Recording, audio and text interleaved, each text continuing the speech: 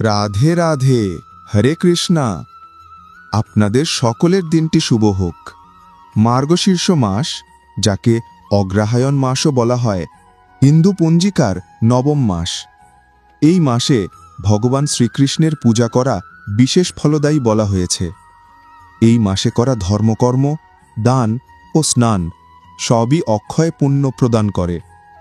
শাস্ত্রে বর্ণিত আছে, যেমন কার্তিক মাসে নদীতে স্নান ও দান পুণ্যের গুরুত্ব রয়েছে, তেমনি মার্গশীর্ষ মাসেও সেই পুণ্যফল অক্ষয় হয়।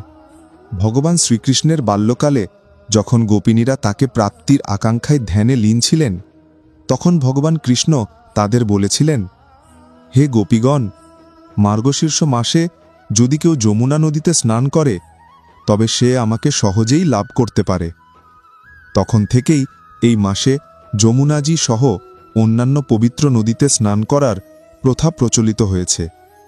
এই মাসে লড্ডু গোপালজি ও শালিগ্রাম ভগবানজিরও বিশেষ পূজা করা হয়। ভগবান কৃষ্ণ নিজেই বলেছেন, মাসগুলোর মধ্যে আমি মার্গশীর্ষ মাস। তাই যে ভক্ত যেভাবে পারুক, যেভাবেই পারুক, ভগবানের পূজা, ব্রত বা অন্তত কাহিনী শ্রবণ করুক। প্রিয় শ্রোতাগণ, আজ থেকেই আমাদের এই চ্যানেলে আপনারা প্রতিদিন নিয়মিত শুনবেন মার্গশীর্ষ মাসের পবিত্র কাহিনীগুলো। এইবারের মার্গশীর্ষ মাস 6 নভেম্বর বৃহস্পতিবার থেকে শুরু হয়ে 4 ডিসেম্বর বৃহস্পতিবার পর্যন্ত চলবে। এই মাসে পড়া প্রত্যেক বৃহস্পতিবারেরই নিজস্ব এক আলাদা গুরুত্ব রয়েছে, কারণ মার্গশীর্ষ মাসে প্রতিটি বৃহস্পতিবার ভগবান বিষ্ণুর পাশাপাশি মা লক্ষ্মীরও পূজা করা হয়। এই দিনে গৃহস্থ নারীরা সুখ, সমৃদ্ধি ও শান্তির কামনায় মা লক্ষ্মীজির পূজা করে, ব্রত পালন করেন এবং ধর্মকথা শ্রবণ করেন। তো চলুন ভক্তগণ, আজকের দিনের কাহিনী শুরু করি ভগবান গণেশ ও মা লক্ষ্মীর মহিমা দিয়ে। ভগবান গণেশ, যার পূজা দেবতাদের মধ্যেও প্রথম করা হয়, তবে আজ আমরা শুনব তার জীবনের এক আশ্চর্য ঘটনা, যখন তার বিয়ে হচ্ছিল না। হ্যাঁ, সেই সময় কোনো দেবকন্যাই গণেশজির সঙ্গে বিবাহ করতে রাজি হচ্ছিলেন না, কারণ প্রথমত তার মস্তক ছিল হাতির মাথা, দ্বিতীয়ত তার একটি দাঁত ভাঙা ছিল। এই কারণে কেউই তাকে বর হিসেবে গ্রহণ করতে চাইছিল না। বিয়ে না হওয়ায় ভগবান গণেশ মনে মনে খুবই বিষণ্ণ হয়ে পড়েছিলেন। যখনই অন্য দেবদেবীদের বিবাহ হতো, গণেশজি ভেতরে ভেতরে অত্যন্ত বিষণ্ণ ও একাকী অনুভব করতেন। এই দুঃখ এতটাই গভীর হয়েছিল যে একদিন তিনি ঠিক করলেন, যেহেতু আমার বিয়ে হচ্ছে না, তবে কারোর বিয়েই ঠিকঠাক হতে দেব না। তখন থেকেই ভগবান গণেশ অন্য দেবদেবীদের বিবাহে বিঘ্ন ঘটাতে শুরু করলেন, আর এই কাজে তাকে সাহায্য করত তার প্রিয় বাহন উদুর। ভগবান গণেশের আদেশে মূষক দৌড়ে যেত দেবদেবীদের বিয়ের আসরে, আর সেখানে গিয়ে মণ্ডপ ভেঙে ফেলত, ফুল ছড়িয়ে দিত, সব এলোমেলো করে দিত। ফলে বিয়ের অনুষ্ঠান মাঝপথে থেমে যেত। এভাবে বারবার এই দুষ্টুমি চলতে থাকায় সব দেবতা বিরক্ত হয়ে গেলেন। সবাই একসঙ্গে ঠিক করলেন, এই অভিযোগ নিয়ে তারা যাবেন গণেশজির পিতা ভগবান মহাদেবের কাছে। সব দেবতারা মহাদেবের সামনে গিয়ে বললেন, হে দেবাদিদেব, আপনার পুত্র তো আমাদের বিয়ে ভেঙে দিচ্ছে, দয়া করে কিছু করুন। শিবজি মৃদু হেসে বললেন, এটা সহজ নয়, এই সমস্যার সমাধান শুধুমাত্র ব্রহ্মাদেবই করতে পারবেন। তখন সবাই একসঙ্গে গেলেন ব্রহ্মালোকের দিকে। সেই সময় ব্রহ্মাদেব যোগনিদ্রায় লীন ছিলেন। দেবতারা গিয়ে বিনম্রভাবে তার ধ্যানে প্রার্থনা করতে লাগলেন। প্রার্থনার ফলেই ব্রহ্মার যোগশক্তি থেকে 2টি দিব্য কন্যা প্রকাশ পেলেন, ঋদ্ধি ও সিদ্ধি। কারণ তারা ব্রহ্মার ধ্যান ও যোগ থেকে জন্মেছিলেন, তাই তাদের বলা হয় ব্রহ্মার মানস কন্যা। ব্রহ্মাদেব আনন্দিত হয়ে নিজের 2 কন্যাকে নিয়ে গেলেন ভগবান গণেশের কাছে। তিনি বললেন, হে গণেশ, তুমি জ্ঞান ও বিদ্যার অধিপতি। এই আমার 2 কন্যা ঋদ্ধি ও সিদ্ধিকে তুমি শিক্ষা দাও, তাদের বুদ্ধি ও শাস্ত্রজ্ঞান দাও। গণেশজি আনন্দের সঙ্গে রাজি হয়ে গেলেন। এইভাবে শুরু হলো ঋদ্ধি ও সিদ্ধির শিক্ষা। এরই মধ্যে যখনই মূষক কোনো দেবতার বিয়েতে বিঘ্ন ঘটানোর খবর আনতে আসত, তখন ঋদ্ধি ও সিদ্ধি চতুরতার সঙ্গে বিভিন্ন রূপ ধারণ করে মূষককে ঠকিয়ে ফিরিয়ে দিত। ফলস্বরূপ আর কোনো দেবতার বিয়ে নষ্ট হতো না। এভাবে সময় কেটে গেল দীর্ঘদিন। একদিন গণেশজির কানে খবর পৌঁছালো, আসল কথা হলো আমার বাহন মূষককে বারবার তাড়িয়ে দিচ্ছে ঋদ্ধি ও সিদ্ধি। এই কথা শুনে গণেশজি রেগে উঠলেন, কিন্তু তিনি কিছু বলার আগেই সেখানে ব্রহ্মাদেব উপস্থিত হলেন। ব্রহ্মাদেব মৃদু হেসে বললেন, হে গণেশ, আমার এই দুই কন্যার আর কোনো যোগ্য বর আমি পাইনি। তুমি জ্ঞানী, বুদ্ধিমান, সকল দেবতার প্রিয়, তাই তোমাকেই তাদের স্বামী হিসাবে প্রার্থনা করছি। গণেশজি তখন হাসি মুখে বললেন, যদি ব্রহ্মাদেব নিজেই প্রস্তাব দেন তবে আমি অবশ্যই রাজি। এভাবেই এক মহাসমারোহে গণেশজি ও ঋদ্ধি সিদ্ধির বিয়ে সম্পন্ন হল। সকল দেবতা, ঋষি, মুনি, দেবীগণ উপস্থিত ছিলেন। আকাশ থেকে ফুল বর্ষণ হতে লাগল। ভগবান শিব ও মা পার্বতী আশীর্বাদ করলেন, তোমাদের সংসারে সর্বদা শুভ ও লাভ বিরাজ করুক। এবং তাই পরবর্তীতে ঋদ্ধি ও সিদ্ধির গর্ভে জন্ম নেন শুভ ও লাভ, যাদের আমরা আজও পুজো করি শুভ লাভ রূপে। কিছু পুরাণে এমনও উল্লেখ আছে যে ঋদ্ধি ও সিদ্ধি আসলে বিশ্বকর্মা প্রজাপতির কন্যা, তবে অধিকাংশ কাহিনীতে তারা ব্রহ্মার মানস কন্যা হিসাবেই পূজিত।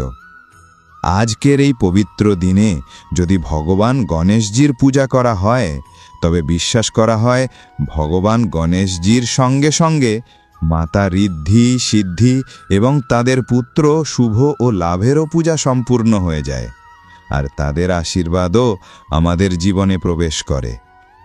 এখন শুনুন ভগবান শ্রীকৃষ্ণ ও তার পরম বন্ধু সুদামার এক আশ্চর্য কাহিনী। একদিন সুদামা ভগবান শ্রীকৃষ্ণকে বললেন, কানহাইয়া, আমি তোমার মায়া দেখতে চাই। তোমার এই জগতের মায়া কেমন আমায় একবার দেখাও তো। শ্রীকৃষ্ণ মৃদু হেসে বললেন, বন্ধু, সে তো সহজ বিষয় নয়, সময় এলে নিজে দেখবে। কিন্তু সুদামা যখন একেবারেই অনুরোধে অটল রইলেন, তখন ভগবান বললেন, ঠিক আছে, যখন সময় আসবে আমি নিজেই তোমায় দেখাবো। একদিন শ্রীকৃষ্ণ সুদামাকে বললেন, চলো বন্ধু, আজ আমরা গোমতী নদীতে স্নান করতে যাই। দুজন গোমতীর তীরে পৌঁছালেন, বসন খুলে নদীতে নামলেন। শ্রীকৃষ্ণ কিছুক্ষণ স্নান করে তীরে ফিরে এসে তার পীতাম্বর পরতে লাগলেন। সুদামা ভাবলেন, আর একবার ডুব দিয়ে নি, শেষবার। তিনি আবার নদীর জলে ডুব দিলেন, আর সেই মুহূর্তেই যেন গোমতীর জল বয়ে যেতে লাগলো প্রলয়ের মতো। সুদামা অনুভব করলেন তিনি যেন স্রোতে ভেসে যাচ্ছেন, কোথায় যাচ্ছেন তা জানেন না। হঠাৎ তিনি এক অচেনা তীরের ধারে উঠলেন। চারদিকে নতুন এক দেশ, নতুন মানুষ।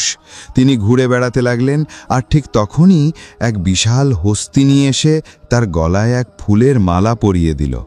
সুদামা অবাক। তখন চারপাশে লোকজন চিৎকার করে উঠল, জয় জয়, আমাদের রাজা চলে গেছেন। এখন এই হস্তিনী যার গলায় মালা পরাবে তিনিই আমাদের নতুন রাজা। আর সেই মালা তো সুদামার গলায়। মানুষ তাকে সিংহাসনে বসালো, রাজকন্যার সঙ্গে তার বিয়েও হলো, সন্তানও জন্ম নিল। জীবন একেবারে বদলে গেল, ভিক্ষুক থেকে রাজা। কিন্তু একদিন হঠাৎই সুধামার রানী অসুস্থ হলেন, অবশেষে মৃত্যুবরণ করলেন। সুধামা শোকে ভেঙে পড়লেন, চোখের জল থামছিল না। তখন প্রজারা এসে বলল, মহারাজ, শোক করো না, কিন্তু আমাদের রাজ্যে এক নিয়ম আছে, যখন রানীর মৃত্যু হয় রাজাকেও তার সঙ্গে চিতায় যেতে হয়। এই কথা শুনে সুধামার বুকের ভেতরটা কেঁপে উঠল, চোখ বড় বড় হয়ে গেল। তিনি ভয়ে কাঁপতে লাগলেন, আমার তো মৃত্যু হয়নি, তাহলে আমায় কেন যেতে হবে? তিনি অনুরোধ করতে লাগলেন, আমি তো তোমাদের রাজ্যের নই, আমার ওপর তোমাদের নিয়ম প্রযোজ্য নয়।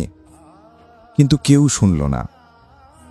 অবশেষে সুধামা বললেন, ঠিক আছে, কিন্তু শেষবার স্নান করে আসি। লোকেরা রাজি হল, তবে অস্ত্রধারী প্রহরী দাঁড় করিয়ে দিল, যেন রাজা পালাতে না পারেন।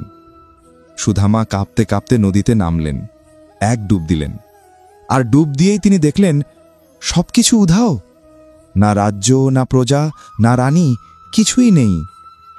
তিনি আবার উঠে দেখলেন শ্রীকৃষ্ণ তখনও তীরে দাঁড়িয়ে, শান্ত মুখে পীতাম্বর পড়ছেন। সুধামা হতবাক, চোখ বেয়ে অশ্রু গড়িয়ে পড়ছে।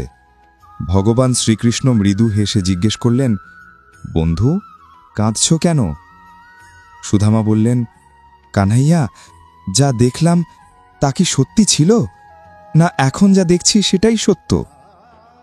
শ্রীকৃষ্ণ হাসলেন, বললেন, সুধামা, যা তুমি দেখেছিলে তা কেবলই আমার মায়া, এক স্বপ্ন, এক বিভ্রম। আমি যা, সেটাই সত্য। আমার বাইরে যা কিছু সবই আমার সৃষ্টি করা মায়া।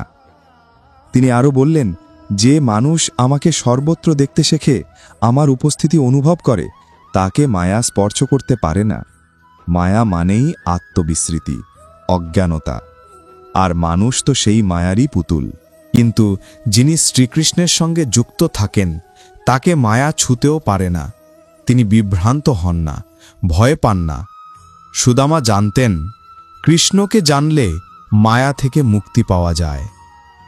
এখন শুনুন আজকের অধ্যায়, যেখানে দেবর্ষি নারদ প্রশ্ন করলেন ভগবান শ্রীহরিকে, প্রভু, সেই সুরভি দেবী কে, যিনি গোলক থেকে এসেছিলেন?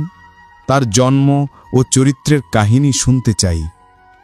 তখন ভগবান নারায়ণ মৃদু হেসে বললেন, হে নারদ, শোনো, দেবী সুরভি গোলক ধামে প্রকাশিত হয়েছিলেন। তিনি গোমাতাদের অধিষ্ঠাত্রী দেবী, গোদের আদ্য জননী এবং সমস্ত গোমাতার মধ্যে শ্রেষ্ঠ। তিনি বললেন, সৃষ্টির আদিকালে বৃন্দাবনে সেই সুরভি দেবীরই জন্ম হয়। একদিন শ্রীকৃষ্ণ শ্রী রাধার সঙ্গে বৃন্দাবনে লীলা করতে এলেন। তখন হঠাৎ তার মনে এক আশ্চর্য ইচ্ছা জাগল দুধ পান করার। তার ঐশ্বর্যিক ইচ্ছায় নিজের বাঁ দিক থেকে শ্রীকৃষ্ণ প্রকাশ করলেন সুরভি গোমাতাকে। গরুটির সঙ্গে ছিল এক সুন্দর বাছুর। তখন সুদামা এক রত্নখচিত পাত্রে সেই গোমাতার দুধ দহন করলেন। সেই দুধ ছিল অমৃতের থেকেও মিষ্টি, জন্মমৃত্যুর দুঃখমোচনকারী। শ্রীকৃষ্ণ স্বয়ং সেই গরম দুধ পান করলেন, কিন্তু হঠাৎ তার হাত থেকে পাত্রটি পড়ে গেল মাটিতে। দুধ গড়িয়ে গেল, ছড়িয়ে পড়ল পুরো ভূমিতে। আর সেই দুধ থেকেই সৃষ্টি হলো এক বিরাট সরোবর, যার দৈর্ঘ্য আর প্রস্থ শত শত যোজন। গোলকধামে আজও তা ক্ষীর সরোবর নামে বিখ্যাত। গোপিকারা, শ্রীরাধা সবাই সেই সরোবরেই ক্রীড়া করতেন। শ্রীকৃষ্ণের ইচ্ছায় সরোবরের ঘাটগুলো অমূল্য রত্ন দিয়ে অলঙ্কৃত হয়ে উঠল। আর ঠিক তখনই অসংখ্য কামধেনু গোমাতা সেখানে প্রকাশ পেলেন। সুরভি দেবীর শরীরের রোমকূপ থেকে যেন ঝরে পড়লেন তারা। প্রতিটি গরুর সঙ্গে বাছুর, সন্তান, নাতি, অসংখ্য গোমাতার সৃষ্টি হল। এভাবেই সুরভি দেবী থেকে গো সম্প্রদায়ের উৎপত্তি ঘটল, যা আজও সারা বিশ্বে জীবনের ধারক হয়ে আছে। ভগবান নারায়ণ আরও বললেন, হে নারদ, একসময় শ্রীকৃষ্ণ স্বয়ং সুরভি দেবীর পুজো করেছিলেন। তারপর থেকেই ত্রিলোকে তার পূজা প্রচলিত হয়। দীপাবলির দ্বিতীয় দিনে শ্রীকৃষ্ণের আদেশে সুরভি দেবীর আরাধনা করা হয়, যা আজও গোমাতা পূজারূপে পালিত হয়। তারপর ভগবান বললেন, আমি পিতামহ ধর্মের মুখে এই পবিত্র কাহিনী শুনেছি। এখন আমি তোমাকে বলছি, হে নারদ, সুরভি দেবীর ধ্যান, স্তোত্র এবং মূল মন্ত্র শোনো। ওম সুরভয়ে নমঃ। 1,00,000 বার যদি কেউ এই মন্ত্র জপ করেন, তবে সেই মন্ত্র সিদ্ধ হয়ে ভক্তের জীবনে কল্পবৃক্ষ অর্থাৎ ইচ্ছা পূরণের বৃক্ষ হয়ে ওঠে। সুরভি দেবীর ধ্যান ও পূজা যজুর্বেদের মধ্যেই বিস্তারিতভাবে বর্ণিত আছে। তিনি সেই, যিনি ঋদ্ধি, সিদ্ধি, মুক্তি ও ও সকল কামনার দাত্রী, যিনি লক্ষ্মীস্বরূপা, শ্রীরাধার সহচরী, গোমাতাদের অধিষ্ঠাত্রী দেবী, গোদের আদ্য জননী, যিনি পবিত্র, পূজনীয়, যিনি ভক্তদের সব আকাঙ্ক্ষা পূর্ণ করেন এবং যার স্পর্শে সমগ্র বিশ্ব পবিত্র হয়ে ওঠে, সেই ভগবতী সুরভি দেবীর আমি উপাসনা করি। ব্রাহ্মণেরা যেন কলসে, গোমাতার মস্তকে, গোমাধার খুঁটিতে, শালগ্রাম শিলায়, জল বা অগ্নির মধ্যে সুরভি দেবীর ভাবনা করে তার পূজা করেন, এভাবেই বিধান দেওয়া হয়েছে। যে ব্যক্তি দীপমালিকার দ্বিতীয় দিনে অর্থাৎ দীপাবলির পরের সকালবেলায় ভক্তিভরে সুরভি দেবীর পূজা করেন, সে এই জগতে সবার পূজ্য হয়ে ওঠে। একবার বরাহকল্পে এক আশ্চর্য ঘটনা ঘটল। দেবী সুরভি দুধ দেওয়া বন্ধ করে দিলেন। সঙ্গে সঙ্গে 3 লোকেই দুধের অভাব দেখা দিল। মানুষ, দেবতা সবাই তৃষ্ণার্ত হয়ে উঠল। অন্নরস, ঘৃত সবই যেন শুকিয়ে গেল। তখন দেবতারা উদ্বিগ্ন হয়ে ব্রহ্মালোকের পথে রওনা হলেন। ব্রহ্মার সিংহাসনের সামনে দাঁড়িয়ে তারা কাঁদতে কাঁদতে প্রণাম করলেন, হে পিতামহ, আমাদের রক্ষা করুন। তখন ব্রহ্মা মৃদু হাসলেন আর আদেশ দিলেন, হে ইন্দ্র, তুমি নিজে গিয়ে সুরভি দেবীর স্তব করো। ব্রহ্মার আদেশ পেয়ে ইন্দ্র প্রণত হলেন, চোখ বুজে স্তব শুরু করলেন, ইন্দ্রের স্তব। দেবী সুরভি, মহাদেবী সুরভি, আপনাকে বারংবার প্রণাম। আপনি গোদের বীজরূপা, আপনাকে প্রণাম। আপনি শ্রীরাধার প্রিয়া, আপনাকে প্রণাম। আপনি লক্ষ্মীর অংশভূতা, আপনাকে প্রণাম। শ্রীকৃষ্ণ প্রিয়া সুরভি দেবী, আপনাকে বারংবার নমস্কার। গোমাতাদের জননী, আপনাকে কোটিবার নমস্কার। আপনি সকলের জন্য কল্পবৃক্ষ, যিনি সম্পদ, বৃদ্ধি ও সৌভাগ্য দান করেন, তাকে আমাদের শ্রদ্ধা, নমস্কার। শুভদা, প্রসন্না, গোপ্রদায়িনী সুরভি, আপনাকে বারংবার প্রণাম। যিনি যশ ও খ্যাতি দান করেন, ধর্মজ্ঞা দেবী, আপনাকে নমস্কার, নমস্কার, নমস্কার। ইন্দ্রের এই স্তব শুনে সেই ভগবতী সুরভি দেবী ব্রহ্মলোকেই প্রকাশ পেলেন। তার মুখে তখন হাসির আভা, চোখে ছিল করুণা ও আশীর্বাদ। তিনি ইন্দ্রকে বললেন, হে দেবরাজ, তোমার ভক্তি আমাকে তুষ্ট করেছে। তোমাকে আমি দিচ্ছি এক বিরল বর। তুমি আবার সমৃদ্ধি ও সৌভাগ্যের রাজ্যে অধিষ্ঠিত হবে। এই বলে সুরভি দেবী পুনরায় গোলকধামে ফিরে গেলেন। দেবতারা আনন্দে আত্মহারা হয়ে গেলেন। তারা তাদের নিজ নিজ লোক ফিরে গেলেন। আর তখন সারা বিশ্ব আবার দুধে ভরে গেল। দুধ থেকে ঘি, ঘি থেকে যজ্ঞ, সবকিছু আবার পূর্ণ হল। দেবতারা তৃপ্ত হলেন। যে মানুষ এই মহান, পবিত্র সুরভি স্তোত্র ভক্তিভরে পাঠ করেন, সে গোমাতার দ্বারা সম্পদশালী হয়, পুত্রবান, যশস্বী হয়ে ওঠে। তাকে সমস্ত তীর্থের স্নানের এবং সমস্ত যজ্ঞের ফল প্রাপ্ত হয়। এমন ভক্ত এই পৃথিবীতে সুখ ভোগ করে আর মৃত্যুর পর শ্রীকৃষ্ণ ধামে গমন করে, যেখানে সে চিরকাল ভগবানের সেবা করে। সে আর কখনো এই সংসারে ফিরে আসে না। মৃদু বিরতি, তারপর নারদের কণ্ঠ। হ্যাঁ মণি নারায়ণ, আপনি তো স্বয়ং নারায়ণেরই অংশ। আপনার মুখে নারায়ণ সম্পর্কিত এই কাহিনী শুনে আমার হৃদয় পরিপূর্ণ হল। সুরভি দেবীর উপাখ্যান বড়ই মনোহর। এটি সমস্ত পুরাণে গোপন বলে বলা হয়েছে, তবু আজ আপনি তা প্রকাশ করেছেন। ধন্য হলাম আমি, ধন্য এই জগৎ। আজ দেবর্ষি নারদ মহাশয় ভগবান নারায়ণের সামনে এসে গভীর ভক্তিতে বললেন, হে প্রভু, আজ আমি শ্রবণ করতে চাই শ্রী রাধার পরম উত্তম আখ্যান, তার প্রাদুর্ভাব, তার ধ্যান স্তোত্র আর সেই মহত্তম রাধা কবচ, যা ভক্তদের সকল দুঃখ থেকে রক্ষা করে। তখন মুনিবর নারায়ণ ধীরে ধীরে বললেন, হে দেবর্ষি, অতি প্রাচীন কালের কথা বলছি, যখন কৈলাস শিখরে অনন্ত মহেশ্বর, সকল সিদ্ধের অধিপতি,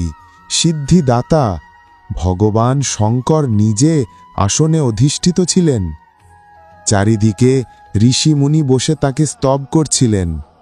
তার মুখকমল যেন হাস্যে বিকশিত, অধরে মৃদু হাসির আভা।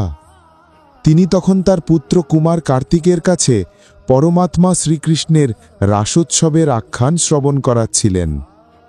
যখন রাসমণ্ডলের সেই কাহিনী শেষ হল, শান্ত পরিবেশে তখন দেবী পার্বতী মৃদু হাসি হেসে কিন্তু ভয়ে কাঁপা কণ্ঠে আপনার প্রিয় স্বামী মহাদেবের উদ্দেশ্যে প্রশ্ন তুললেন। প্রথমে তিনি ভয়ে ভয়ে আপনার স্বামী মহেশ্বরের স্তব করতে লাগলেন। তারপর যখন মহাদেব মধুর বাক্যে তাকে আশ্বস্ত করলেন, তখন দেবেশ্বরী মহাদেবী উমা বললেন, দেবী পার্বতী, নাথ, আমি আপনার মুখে শুনেছি 5 রাত্র, আগম, যোগশাস্ত্র, তন্ত্রশাস্ত্র, ভক্তিশাস্ত্র ও সকল দেবীর চরিত্র। কিন্তু এখন আমার হৃদয়ে এক আকুল বাসনা জাগছে। আমি শুনতে চাই শ্রী রাধার পরম উত্তম আখ্যান। শ্রুতির করণ শাখায় যেভাবে সংক্ষেপে শ্রী রাধার মাহাত্ম্য বলা আছে তা আমি আপনার মুখে শুনেছি। এখন দয়া করে শোনান ব্যাসদেব কর্তৃক বর্ণিত রাধা মহিমা, তার আবির্ভাব, ধ্যান, উত্তম নাম ও মাহাত্ম্য, পূজার বিধান, চরিত্র, স্তোত্র আর সেই অতি গোপন রাধা কবচ যা ভক্তদের অন্তরে কৃষ্ণ ভক্তির শিখা জ্বালায়। হে প্রভু, আমি আপনার দাসী, আপনার ভক্তা, আমাকে এই সব কথা অবশ্যই বলুন। আর এক কথা, আপনি যখন আগমখ্যান শুরু করেছিলেন তখনই কেন রাধাখ্যান গোপন রাখলেন? এর কারণও বলুন। দেবী পার্বতীর এই প্রশ্ন শুনে পঞ্চমুখ শিব নিজের মাথা নিচু করলেন, চিন্তায় নিমগ্ন হলেন, যেন সত্যভঙ্গের ভয় তার অন্তরে জাগল। তখন তিনি মনে মনে ধ্যান করলেন নিজের ইষ্টদেব করুণা নিধান ভগবান শ্রীকৃষ্ণের। ধ্যানে শ্রীকৃষ্ণের আজ্ঞা পেয়ে তিনি ধীরে ধীরে মুখ তুললেন এবং নিজের অর্ধাঙ্গিনী পার্বতীকে বললেন, ভগবান শঙ্কর, হে দেবী, যখন আমি আগমখ্যান আরম্ভ করেছিলাম তখন পরমেশ্বর শ্রীকৃষ্ণ আমাকে রাধাখ্যান প্রকাশ করতে নিষেধ করেছিলেন। কিন্তু আজ মহেশ্বরী, তুমি তো আমার অর্ধাঙ্গিনী, তোমার রূপ আমার থেকে ভিন্ন নয়। আজ ভগবান শ্রীকৃষ্ণ নিজেই আমাকে অনুমতি দিয়েছেন তোমাকে এই গোপন প্রসঙ্গ শ্রবণ করাতে। শোনো দেবী, সন্তশ্রেষ্ঠ আমার ইষ্টদেবের প্রিয়া, শ্রী রাধার চরিত্র অত্যন্ত গোপন, অত্যন্ত আনন্দদায়ক আর কৃষ্ণ ভক্তিদায়ক। এই প্রসঙ্গ এমন রহস্যময় যা আমি জানি, কিন্তু ব্রহ্মা পর্যন্ত জানেন না, নাগরাজ শেষও জানেন না, সনত কুমার, সনাতন, দেবতা, ধর্ম, দেবেন্দ্র, সিদ্ধ, মুনিরাজ কেউই এই রহস্যের অন্তঃস্থলে প্রবেশ করতে পারেননি। হে সুরেশ্বরী, তুমি তো আমাকে অতিক্রম করেছ ভক্তিতে, কারণ এই আখ্যান না শুনতে পারলে তুমি নিজ প্রাণ পর্যন্ত ত্যাগে প্রস্তুত।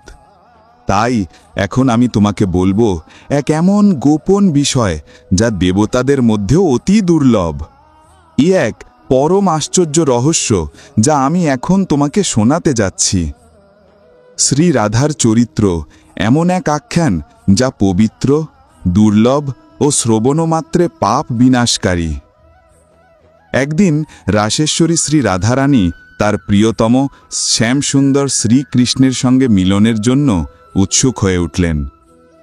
তখন তিনি বসেছিলেন এক রত্নময় সিংহাসনে, অমূল্য রত্ন খচিত অলঙ্কারে সুশোভিত। অগ্নিশুদ্ধ দ্যুতিময় বস্ত্র তার অঙ্গের আভাকে আরও উজ্জ্বল করে তুলেছিল। তার অঙ্গকান্তি কোটি কোটি পূর্ণ চন্দ্রকেও লজ্জিত করে দিত। তার দীপ্তি ছিল যেন গলিত সোনার মতো, সৌয় আভাতেই তিনি উদ্ভাসিত। শ্রীরাধার অধরে তখন এক কোমল মৃদু হাসি খেলা করছিল। দাঁতের শুভ্র রেখা যেন মুক্তার মালা, এমন সুন্দর যে শরৎকালের প্রসন্ন পদ্ম ম্লান হয়ে যায় সেই মুখশোভায়। তার নিঃশ্বাসে মিশেছিল মালতী ফুলের গন্ধ।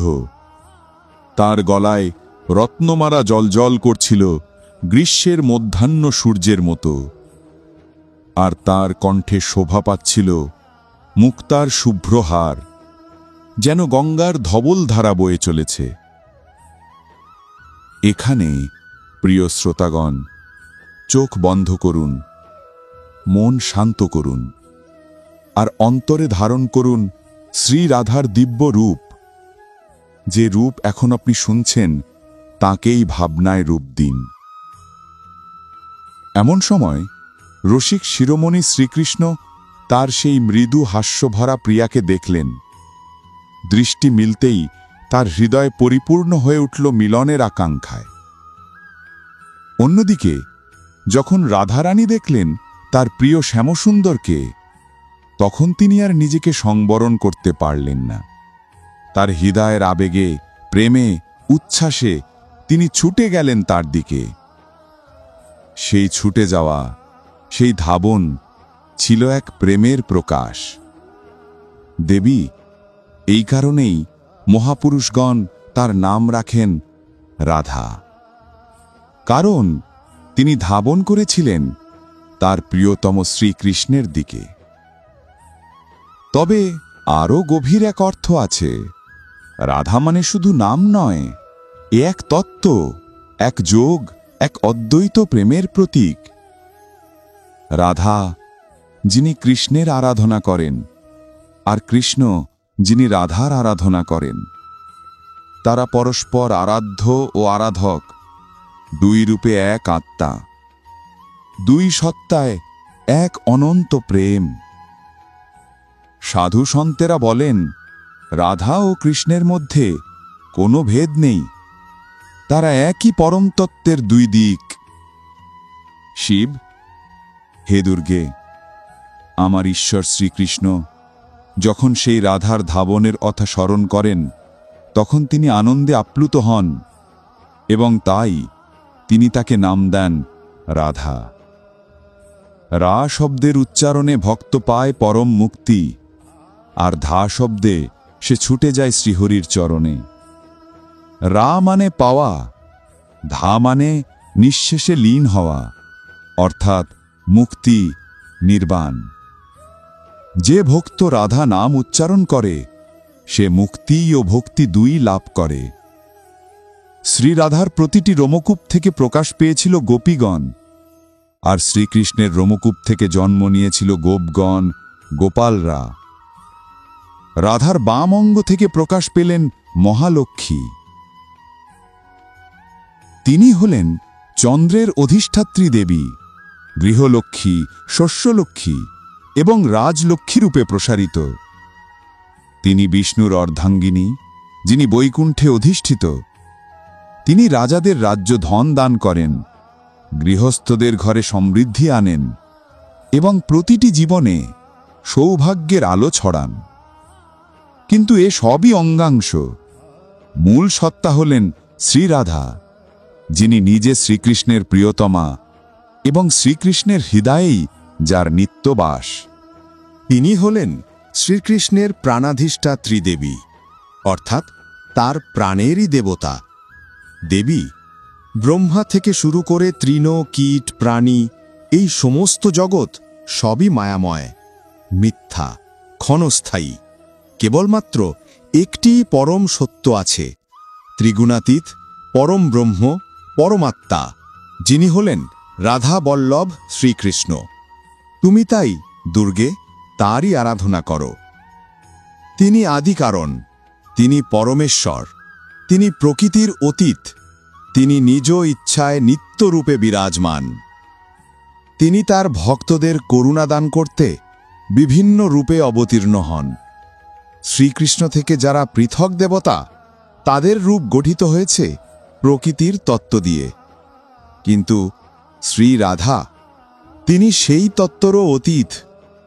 তিনি শ্রীকৃষ্ণের প্রাণপ্রিয়া, প্রাণেরও অধিক প্রিয়তমা। তিনি পরম সৌভাগ্যবতী, ভক্তি ও প্রেমের স্বরূপা। একদিন সুদামার অভিশাপের কারণে শ্রীরাধাকে গোলকধাম ত্যাগ করে এই মর্তভূমিতে অবতীর্ণ হতে হয়েছিল। সেই সময় তিনি বৃষভানু গোপের গৃহে প্রকাশ পেলেন, অর্থাৎ বৃন্দাবনের ভূমিতে তার জন্ম হল বৃষভানু গোক ও ও কলাবতী মাতার গৃহে। শিব, হে দেবী পার্বতী, একবারের কথা বলি, শ্রীকৃষ্ণ তখন ছিলেন তার সখী বিরজার কাছে।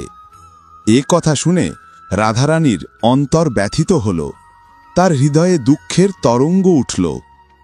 এই প্রণয় অভিমান থেকেই বিরজা পরিণত হলেন নদী রূপে, যে নদী পৃথিবীতে বিরজা নদী নামে প্রবাহিত, আর তার সঙ্গে থাকা সখীগণ ছোট ছোট নদীরূপে প্রকাশ পেলেন। এইভাবেই পৃথিবীর বহু নদী, এমনকি 7 সমুদ্র বিরজারই অঙ্গ থেকে জন্মলাভ করল। রাধারানীর হৃদয়ে তখন অভিমান। তিনি ছুটে গেলেন শ্রীকৃষ্ণের কাছে, বলেন কঠোর তীক্ষ্ণ বচন, যা তার প্রেমেও মিশেছিল তপস্যার আগুন। সুদামা তখন রাধার পক্ষের বিরোধিতা করলেন, আর সেই জন্যই লীলাস্বরূপা শ্রীরাধা তাকে দিলেন এক অসুর জন্মের অভিশাপ। তখনই সুদামাও লীলাক্রমে বললেন, হে দেবী, তুমিও মানবী রূপে পৃথিবীতে অবতীর্ণ হবে। রাধারানী তখন শঙ্কর হরির উদ্দেশ্যে কাতর নয়নে প্রণাম করলেন। তার নয়নে জল, হৃদয়ে বেদনা। সুদামা বিদায় নিতে উদ্যত হলে রাধারানী প্রেম বিরহে ব্যথিত হয়ে অশ্রুধারায় ভিজিয়ে দিলেন গোলকের অঙ্গন। তখন শ্রীকৃষ্ণ নিজ হাতে তাকে সান্ত্বনা দিলেন, বললেন, প্রিয়ে, ধৈর্য ধরো, অতি শীঘ্রই আমরা আবার মিলিত হব। পরবর্তীতে সুদামাই পৃথিবীতে জন্ম নিয়েছিলেন শঙ্খচূড় নামক অসুর রূপে, যিনি তুলসী দেবীর পতিও ছিলেন। শিবের ত্রিশূল স্পর্শে যখন তার শরীর ছিন্ন হল, তখনই তিনি অভিশাপ মুক্ত হয়ে ফিরে গেলেন নিজের গোলকধামে। হে দেবী, এই বর্তমান বরাহকল্পেই শ্রী রাধার অবতারণা ঘটেছিল। তিনি গোকুলে জন্মগ্রহণ করেছিলেন বৃষভানু বৈশ্যের কন্যা রূপে। তবে তিনি অজনীজা ছিলেন, অর্থাৎ মায়ের গর্ভ থেকে জন্ম নেননি। মাতা কলাবতী, যিনি তখন নিজের গর্ভে বায়ুতত্ত্ব ধারণ করেছিলেন, তার অন্তরস্থ সেই বায়ুর মধ্য দিয়েই যোগমায়ের প্রেরণায় রাধারানী স্বয়ং প্রকাশিত হলেন। সময় কেটে গেল। 12 বছর পরে যখন রাধারানী নবযৌবনে পদার্পণ করলেন, তখন মা বাবা স্থির করলেন তার বিবাহ হবে রায়ান বৈশ্যের সঙ্গে। কিন্তু তখন রাধারানী নিজের ছায়া রেখে নিজেই অদৃশ্য হয়ে গেলেন। সেই ছায়া রাধারূপেই রায়ানের সঙ্গে বিবাহ সম্পন্ন হল। অন্যদিকে জগৎপতি শ্রীকৃষ্ণ কংসের ভয়ের কারণে শিশুকালে গোকুলে প্রেরিত হলেন। যশোদা মাতার সহোদর ভাই, যিনি ছিলেন রায়ান, তিনি আসলে গোলকের গোপরূপে কৃষ্ণের অংশ, আর এই অবতারে তিনি ছিলেন কৃষ্ণের মামা। ব্রহ্মা নিজ হাতে আয়োজন করলেন এক দিব্য বিবাহ, যেখানে বৃন্দাবনের পবিত্র ভূমিতে শ্রীকৃষ্ণ ও স্বয়ং শ্রী রাধার বিবাহ সম্পন্ন হল। কিন্তু গোপগণ, যারা বৃন্দাবনের অধিবাসী, তারা কখনো, এমনকি স্বপ্নেও শ্রী রাধার পদপদ্মের দর্শন পাননি। কারণ সাক্ষাৎ রাধা, যিনি সত্যরূপে শ্রীকৃষ্ণের সঙ্গে অবিচ্ছেদ্য, তিনি আসলে শ্রীকৃষ্ণের বক্ষস্থলে বাস করেন। আর যিনি মর্তে রায়ান গৃহে ছিলেন, তিনি ছিলেন রাধার ছায়া রূপে। প্রাচীনকালে ব্রহ্মাদেব নিজে শ্রী রাধার চরণ দর্শনের জন্য 60,000 বছর ধরে পুষ্করে কঠিন তপস্যা করেছিলেন। তার সেই তপস্যার ফলেই এই যুগে তিনি অবশেষে পেলেন রাধা চরণ দর্শন। এক বিরল সৌভাগ্য, যা দেবগণও কামনা করেন। গোকুলনাথ শ্রীকৃষ্ণ তখন বৃন্দাবনে শ্রী রাধার সঙ্গে প্রেম, লীলা ও আনন্দে দিন কাটাচ্ছিলেন। কিন্তু সুদামার অভিশাপবশতই তাদের মাঝে বিরহের রাত নেমে এলো। তবু 100 বছর পরে এক তীর্থযাত্রার উপলক্ষে আবার একবার তারা একে অপরকে দর্শন করলেন। তারপর তত্ত্বজ্ঞ পরমাত্মা শ্রীকৃষ্ণ তার প্রিয়তমা শ্রী রাধাকে সঙ্গে নিয়ে পুনরায় ফিরে গেলেন তাদের গোলকধামে। সেই সঙ্গে কলাবতী অর্থাৎ কীর্তিদা মা এবং যশোদা মাতা, তিনিও শ্রী রাধার সঙ্গেই গোলকধামে গমন করলেন। যিনি এককালে প্রজাপতি দ্রোণ, তিনি পরবর্তীতে হয়ে উঠলেন নন্দ মহারাজ, আর তার পত্নী ধরা সেই জন্মে হলেন যশোদা মাতা। এই দুইজনের পূর্বজন্মের কঠোর তপস্যার ফলেই তারা লাভ করেছিলেন পরমাত্মা শ্রীকৃষ্ণকে পুত্ররূপে। আর যিনি মহর্ষি কশ্যপ, এই অবতারে তিনি হলেন বসুদেব। তার পত্নী সতী, সাধ্বী, অদিতি অংশত অবতীর্ণ হলেন দেবকী রূপে। প্রতিটি কল্পে যখনই ভগবান অবতার গ্রহণ করেন, এই অদিতি ও কশ্যপই হন তার মাতা ও পিতা রূপে। শ্রীরাধার মাতা কলাবতী অর্থাৎ কীর্তিদা, তিনি পিতৃলোকের মানসকন্যা ছিলেন। আর গোলক থেকে বাসুদাম গোপ, যিনি শ্রীরাধার পিতা, বৃষভানু রূপে এই ভূলোকে অবতীর্ণ হলেন। হে দুর্গে, এইভাবেই আমি তোমাকে শ্রীরাধার পরম উত্তম উপাখ্যান শ্রবণ করালাম। এই কাহিনী সম্পদদাত্রী, পাপ হরিণী এবং সন্তান পৌত্রবর্ধিনী। শ্রীকৃষ্ণ আসলে দুই রূপে প্রকাশিত, এক দ্বিভুজ আর এক চতুর্ভুজ। চতুর্ভুজ রূপে তিনি বৈকুণ্ঠ ধামে বিরাজ করেন, আর দ্বিভুজ রূপে অর্থাৎ যে রূপে তিনি গোপ বালক প্রেমময়, তিনি বিরাজ করেন গোলক ধামে। চতুর্ভুজ নারায়ণের প্রিয়ারা মহালক্ষ্মী, সরস্বতী, গঙ্গা আর তুলসী, কিন্তু শ্রীকৃষ্ণের প্রিয়া, তার প্রাণসঙ্গিনী, তার অর্ধাঙ্গ থেকে উদ্ভূতা তিনি শ্রীরাধা। তাদের মাঝে কোনো পার্থক্য নেই। তেজ, রূপ, গুণ, ভাব সব ক্ষেত্রে তারা একাত্ম। তাই জ্ঞানীগণ বলেন, যে কেউ যদি নাম উচ্চারণ করে তবে আগে বলবে রাধা, তারপর কৃষ্ণ।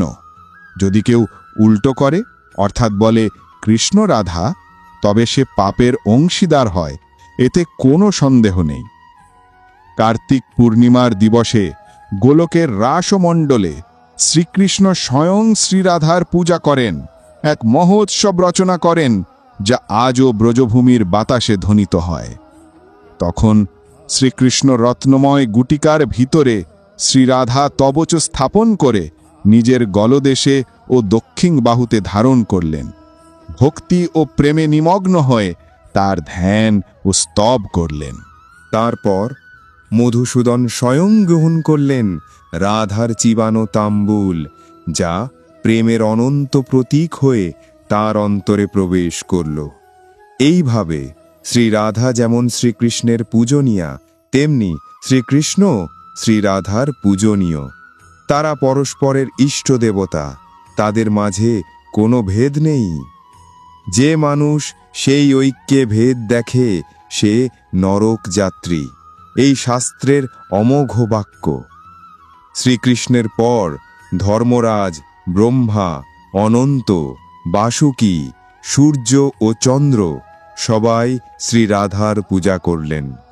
তারপর ইন্দ্র, রুদ্রগণ, মনু, মনুপুত্র, দেবেন্দ্রগণ, মন্দ্রগণ, এমনকি সমগ্র বিশ্ববাসীও শ্রীরাধার আরাধনায় মগ্ন হলেন। এই সকলেই দ্বিতীয় আবরক বা স্তরে পূজক। আর তৃতীয় আবরণে 7টি দ্বীপের অধিপতি রাজা সুযজ্ঞ, তার পুত্র, পৌত্র ও মিত্রবর্গ ভারতভূমিতে আনন্দ ভরে শ্রীরাধিকার পূজা সম্পন্ন করলেন। কিন্তু দেহভাগ্যে এক ব্রাহ্মণের অভিশাপে রাজা সুযজ্ঞের হাত আক্রান্ত হল, তার রাজ্য লক্ষ্মী বিলীন হল, তিনি দুঃখে নিমগ্ন হলেন। তবুও যখন তিনি শ্রী রাধার ভক্তি ও আরাধনা করলেন, তখনই রাধার বরদানে তিনি পুনরায় রাজ্য, ঐশ্বর্য ও সুখ ফিরে পেলেন। ব্রহ্মার প্রদত্ত পবিত্র স্তোত্র দ্বারা পরমেশ্বরী শ্রী রাধার স্তব করে রাজা সুযজ্ঞ পরম ভক্তিভরে তার অভেদ কবচ নিজের কণ্ঠ ও বাহুতে ধারণ করলেন। তারপর তিনি পুষ্কর তীর্থে শতবর্ষ ধরে নিরন্তর ধ্যান ও পূজায় লিপ্ত রইলেন।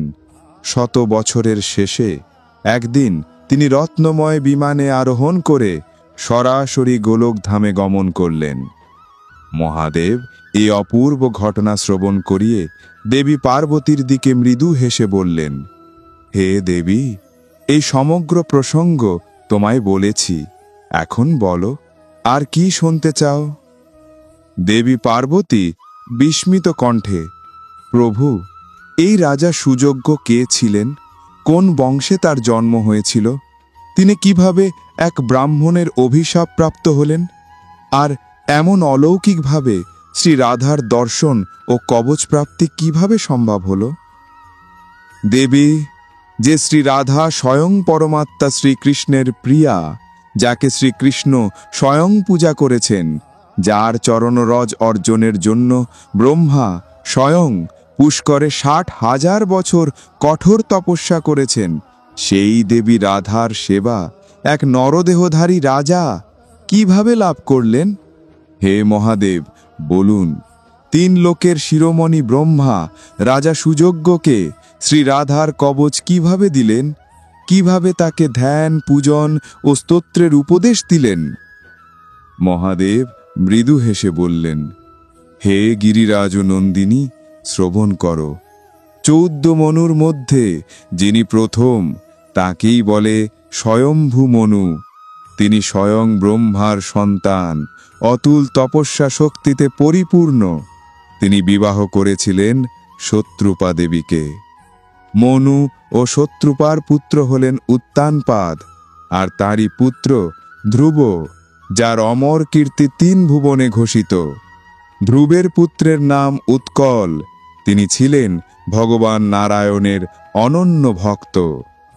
উৎকল রাজা পুষ্কর তীর্থে সহস্র রাজসূয় যজ্ঞ সম্পন্ন করেছিলেন।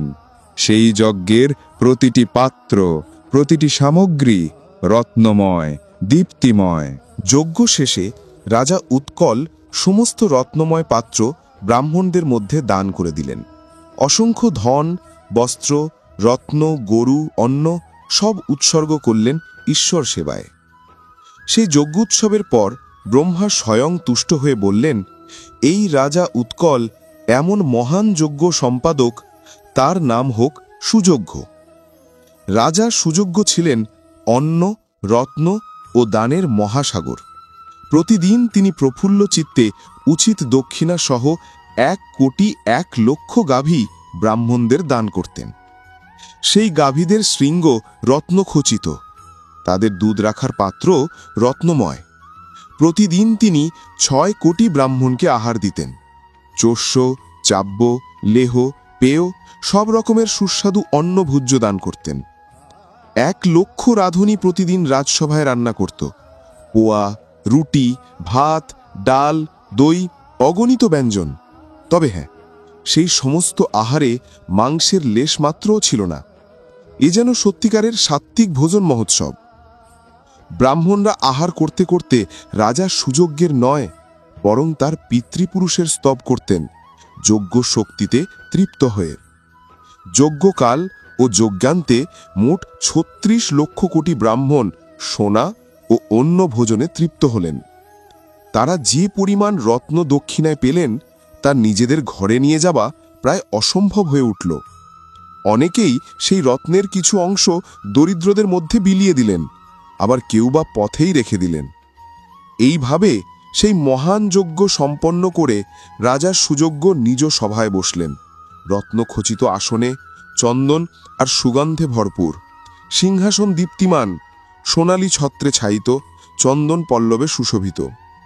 সভায় তখন উপস্থিত ছিলেন বসু, বায়ু, চন্দ্র, ইন্দ্র, আদিত্যগণ, মহর্ষি নারদ, দেবগণ, সবাই মহিমাময় পরিবেশে। ঠিক সেই সময় সেখানে প্রবেশ করলেন এক ব্রাহ্মণ। দীর্ঘ যাত্রায় ক্লান্ত, রুক্ষ, মলিন বস্ত্রে আচ্ছাদিত, তার কণ্ঠ শুকনো, ওষ্ঠ শুষ্ক, তবুও মুখে এক অদ্ভুত মৃদু হাসি। তিনি রাজাকে দেখে হালকা হেসে 2 হাতে প্রণাম করে আশীর্বাদ দিলেন। ধন্য হোক তোমার রাজ্য, ধন্য হোক তোমার যজ্ঞ। রাজা বিনয় ভরে হাত জোড় করলেন, কিন্তু নিজের আসন থেকে উঠলেন না। রাজসভায় উপস্থিত মন্ত্রী, দেবতা, মুনি কেউই সেই ব্রাহ্মণের দিকে উঠে দাঁড়ালেন না। কেউ হেসে ফেলল, কেউ ফিসফিস করল, এই ক্লান্ত মলিন ব্রাহ্মণকে কেনই বা এত সম্মান দেব? তখন সেই ব্রাহ্মণ ক্রোধে কাঁপতে কাঁপতে সভায় দাঁড়িয়ে বললেন, হে রাজা, অভিমানী, অজ্ঞ, অন্ধ, তুমি ব্রাহ্মণকে দেখে স্থির রইলে? এখন তুমি শ্রীহীন হও, তোমার দেহে কুষ্ঠ জন্ম নিক, তোমার রাজ্য বিপর্যয়ে নিমজ্জিত হোক। এই বলে সেই ব্রাহ্মণ বজ্রের মতো গর্জে উঠলেন, আর অন্যান্য সভাসদদের দিকেও তাকিয়ে শাপ দিতে উদ্যত হলেন। কিন্তু যারা তখনই তাড়াতাড়ি উঠে দাঁড়িয়েছিল, যারা ভুল বুঝে ক্ষমা চেয়েছিল, তাদের দিকে আর তার ক্রোধ পৌঁছাল না। রাজা সুযোগ্য তখন ভয়ে ও অনুতাপে কাতর হয়ে ব্রাহ্মণের পায়ে লুটিয়ে পড়লেন, চোখে অশ্রু, কণ্ঠে করুণ কাঁপুনি। রাজা কেঁদে কেঁদে বললেন, হে দ্বিজোত্তম, আমি অপরাধী, আমাকে ক্ষমা করুন। কিন্তু ব্রাহ্মণ আর কিছু না বলে ব্রহ্মতেজে উজ্জ্বল হয়ে সেই সভা ত্যাগ করলেন। তার পেছনে পেছনে সব মুনি ও দেবগণ ভয় ভরে চলতে লাগলেন, আর আহ্বান করতে লাগলেন, হে দ্বিজ, থামুন, থামুন, আমাদের কথা শুনুন। সেই মুনি সমাজে ছিলেন পুলহ, পুলস্ত, প্রচেতা, ভৃগু, অঙ্গিরা, মেরুচি, কশ্যপ, বশিষ্ঠ, কৃতু, শুক্র, বৃহস্পতি, দুর্বাসা, লোমস, গৌতম, কনাদ, কানভ, কাত্যায়ন, পানিনি, যাজলি, ঋষ্যশৃঙ্গ, বিভাণ্ডক, তৈতিলি, মার্কণ্ডেয়, সনন্দন, সনাতন, সনক, সনৎকুমার, নরনারায়ণ, পরাশর, জরৎকারু, সংবর্ত, চবন, ভরদ্বাজ, বাল্মীকি, অগস্ত্য, আরও অসংখ্য মহর্ষি ও দেবতা সবাই মিলিত হয়ে সেই ব্রাহ্মণকে থামালেন, তাকে শান্ত করে এক স্থানে বসালেন।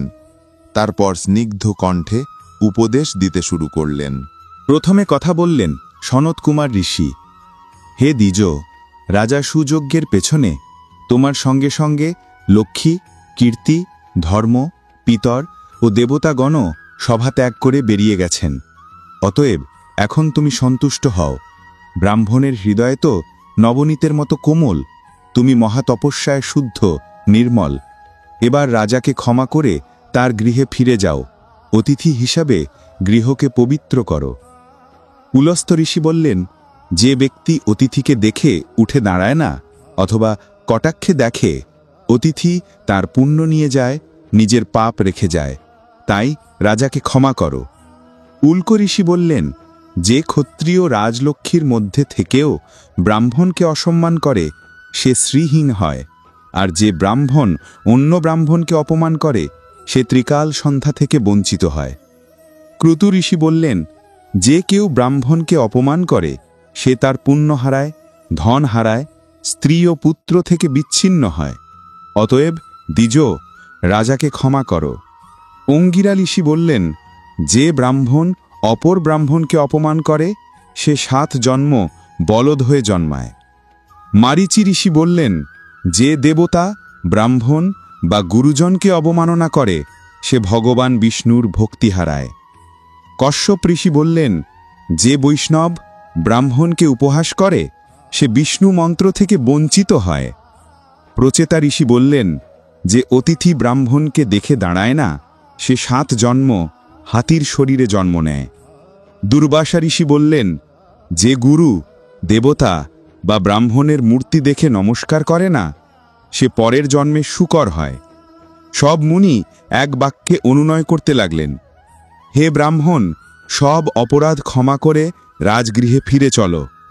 রাজা সুযোগ্য তখন মাথা নিচু করে বললেন, হে মুনিবরগণ, আপনারা ধর্মজ্ঞ, দয়ালু, আপনাদের মুখে আমি ধর্মের মর্ম শুনেছি। আমাকে বলুন, গোহত্যা, ব্রহ্মহত্যা, কৃতজ্ঞতা বা গুরুপত্নী গমন এগুলির পাপ কি, আর তার প্রায়শ্চিত্ত কিভাবে?